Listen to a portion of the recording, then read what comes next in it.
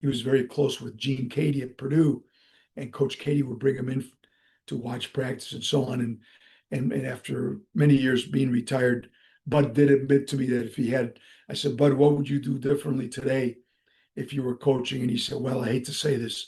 He goes, but I would probably play a little bit of zone, because I look back on my career and there are games where my stubbornness to play man-to-man only probably cost us a chance to win some key games. So anyway, so that's the term zoner comes from that. But what I see as a zoner is I see that a lot of the man-to-man exclusive man-to-man coaches don't want to play against it, and to me that's an advantage for us.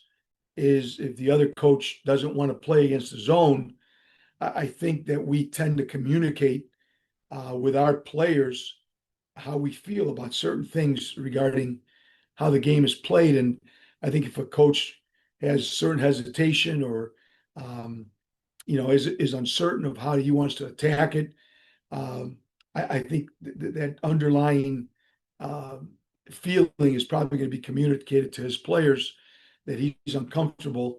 And so what I see, and again, we play zone come what may. I mean, we start out the game that way, and we will play it all the way through, even when the other team might get a hot hand against us. And I can explain a little bit about that. But we stick with it. And but I see coaches that have a certain level of hesitation. They may communicate that to their players as well. I also see that some coaches approach the zone by trying to 3-point shoot us out of it.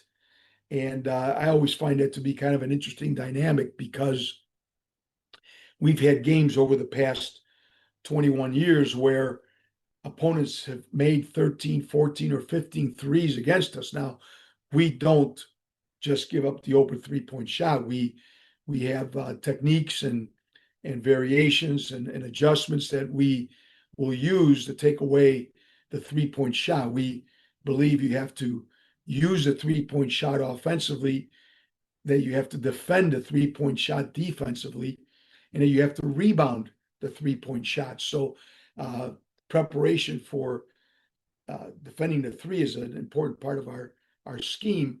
But I always find it interesting that some coaches feel that the best way to beat the zone is to kind of 3-point shoot a team out of the zone.